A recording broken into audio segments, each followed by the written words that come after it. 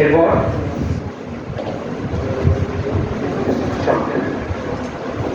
এইবারের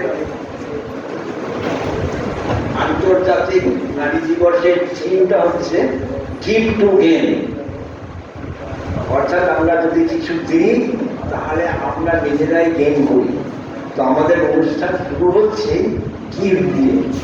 আমাদের সমিতির তরফ থেকে আমরা যা দিচ্ছি তা থেকে কিন্তু অ্যাকচুয়ালি আমাদেরই গেন হচ্ছে। ধন্যবাদ।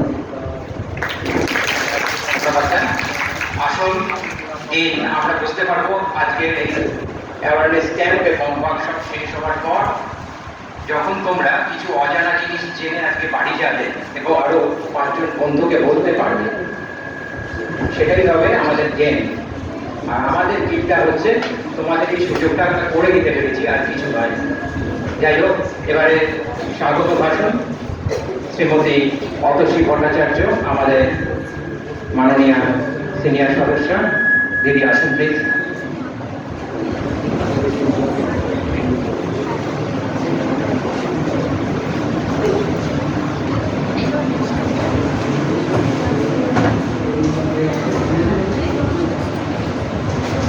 মাননীয় সভাপতি মহাশয়া, মঞ্চে উপস্থিত বিশিষ্ট অতিথিবর্গ, বাণী মন্দিরের প্রধান শিক্ষিকা, বিভিন্ন স্কুল থেকে আগত শিক্ষিকাবৃন্দ, সভাকক্ষে উপস্থিত সকল সদস্যবর্গ এবং আমাদের অতি প্রিয় স্নেহের ছাত্রীরা, আজকের এই অনুষ্ঠানে সকলকে সাদর সম্ভাষণ জানাই চিনসুরা রাজা রামমোহন রায় স্মৃতি রক্ষা কমিটির পক্ষ থেকে। আমাকে দায়িত্ব দেওয়া হয়েছে স্বাগত ভাষণের জন্য, কিন্তু ভেবে এসেছিলাম একরকম ভাবে বলবো, কিন্তু এতগুলো কচি কাঁচা মুখ থেকে আমার সেই বক্তৃতার পরিকল্পনাটি পুরো ভেস্তে গেল। আমি কিন্তু আমার ছাত্রছাত্রীদের সঙ্গে দু একটি কথা আলোচনা করব। আজ আমরা যে মহামানবের নামাঙ্কিত প্রতিষ্ঠান থেকে এসেছি তার নাম, তিনি জন্মগ্রহণ করেছেন 1772 খ্রিস্টাব্দে হুগলির রাধানগর গ্রামে খানাকুলের কাছে। রামমোহন রায়ের নামটি উল্লেখ করলেই ইতিহাসে কোন কথাটি আমাদের মনে সবার আগে আসে বলো? হ্যাঁ, সতীদাহ প্রথা নিবারণ করেছেন কত খ্রিস্টাব্দে? ইয়েস, কার সহযোগিতায়? তোমরা ইতিহাসে খুব ভালো ছাত্রী। এছাড়া রাজা রামমোহন রায়, তাকে বলা হয় নবজাগরণের প্রথম মানুষ। তিনি সমাজ সংস্কার, ধর্ম সংস্কার ইত্যাদি বিভিন্ন বিষয়ে পথিক দিয়েছিলেন। আজকে তো সময় অল্প, আর তোমরা এগুলো খুবই জানো।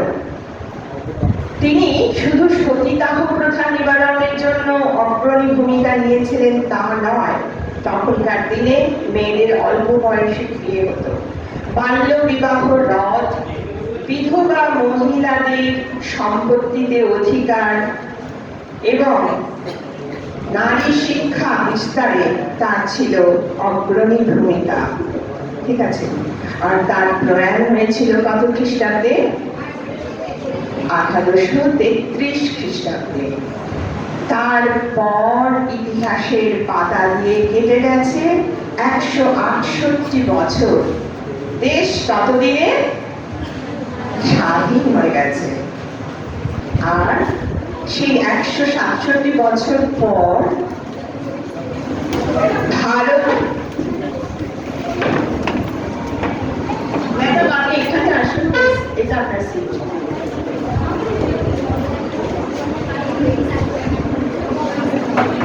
এই সময় আমরা পেয়ে গেছি আমাদের ম্যাডাম।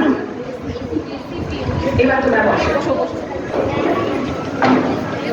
আমরা আনন্দ আনন্দের সঙ্গে জানাচ্ছি আমাদের মধ্যে উপস্থিত হয়েছেন চন্দননগর পুলিশ কমিশনারেটের ইন্সপেক্টর মাননীয়া শ্রীমতী বর্ণালী গাঙ্গুলি মহোদয়া।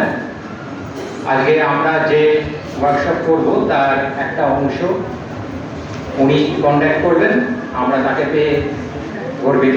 তাকে বরণ করার জন্য আমি শ্রীমতী অতসী ভট্টাচার্যকেই অনুরোধ করছি পুষ্পস্তবক দিয়ে বর্ণালী ম্যাডামকে বরণ করে নেওয়ার জন্য।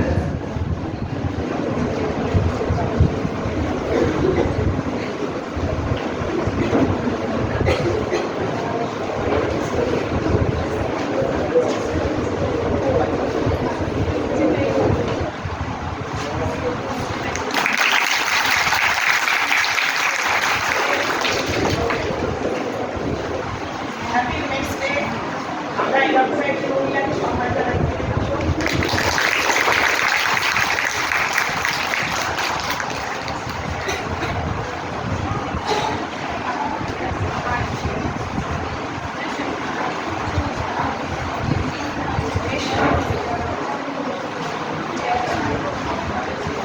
হ্যালো, একটা নতুন ব্যাপার হলো না, এটা যেন আমার কাছে ভীষণ ব্যঞ্জনাময় মনে হলো। এমনিতে ওয়েলকাম স্পিচ হয়, টানা স্পিচটা বলে গেলাম, কিন্তু দেখো স্পিচের মাঝখানে হঠাৎ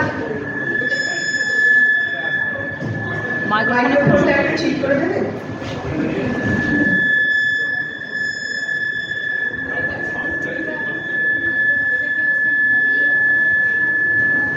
হ্যালো,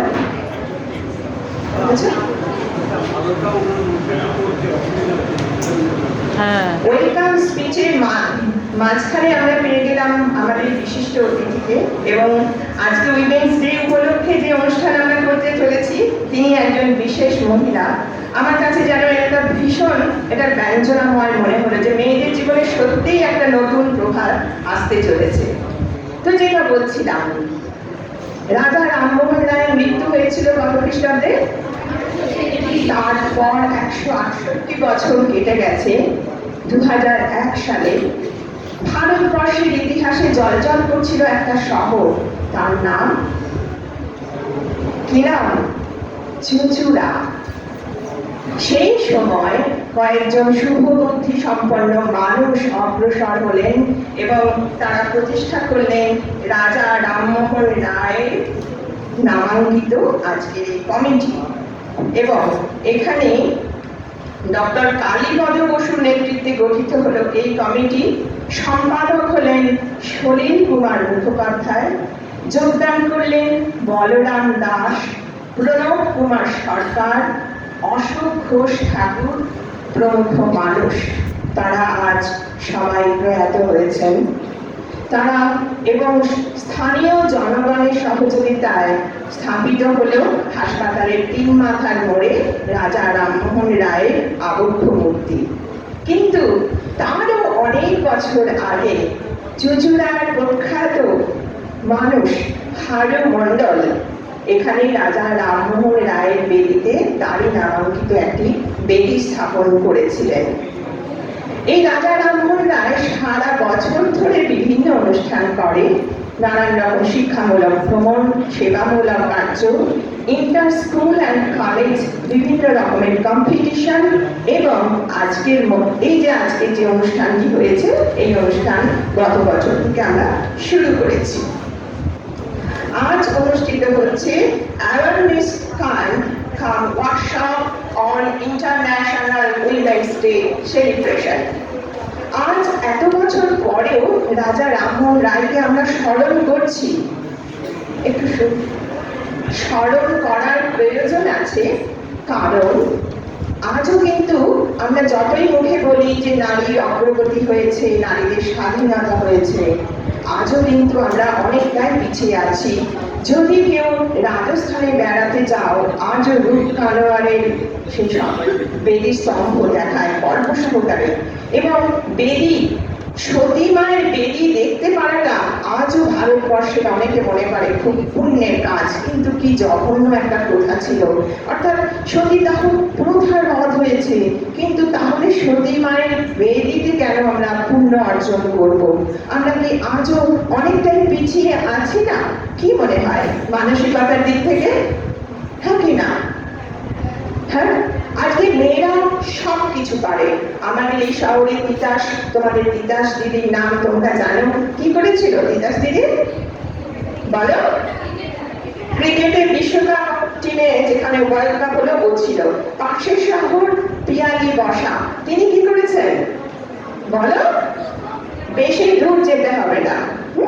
আচ্ছা, এইবার যেটা বলছি যে আমরা নারীবাদ বলি, মহিলাদের অগ্রগতি বলি, আমরা অধিক সময় ভাবি যে আমরা পুরুষতন্ত্র দ্বারা নির্যাতিত।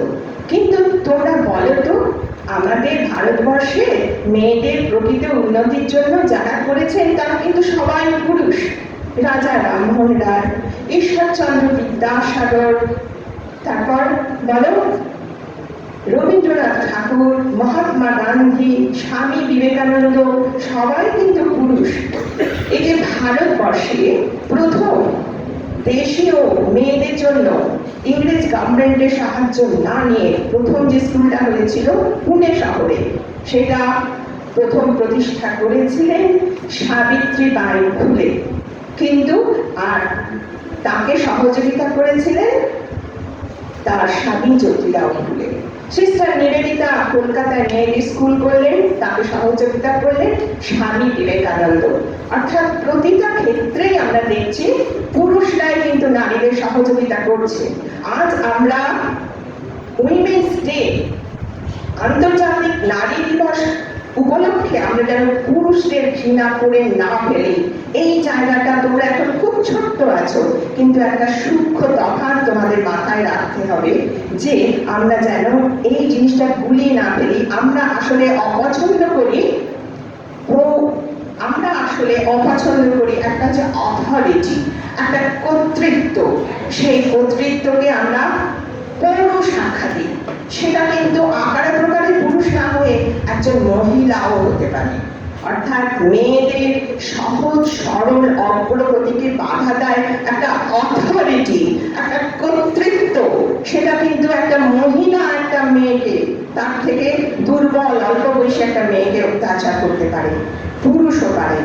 আর বর্তমানে আমরা আর একটি বিষয়ের উপরে পরাধীন হয়েছি, সেটা আর বলতে হবে না। আমরা সবাই স্মার্টফোনের পরাধীন হয়ে গেছি, ইন্টারনেটের পরাধীন। আমরা অধিকাংশ ক্ষেত্রে ইন্টারনেটের ভালো দিকগুলো অপেক্ষা খারাপ দিকগুলোর উপরে আসক্ত হয়ে যাচ্ছি। আমরা মেয়েরা কিন্তু আরো ভয়ঙ্কর ভাবে পরাধীন হয়ে যাচ্ছি। আমাদেরকে ভীষণভাবে সচেতন হতে হবে।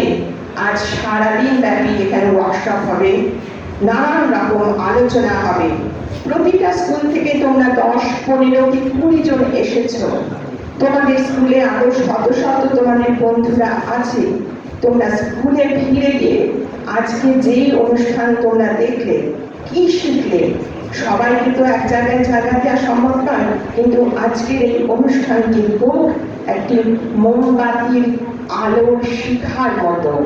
একটা মোমবাতি যদি জ্বলে, সেই মোমবাতি থেকে হাজার হাজার মোমবাতি জ্বলবে। আজকে আমরা এই 100টি মোমবাতি পেয়েছি। তোমরা প্রতিশ্রুতি দাও, প্রতিজ্ঞাবদ্ধ হও।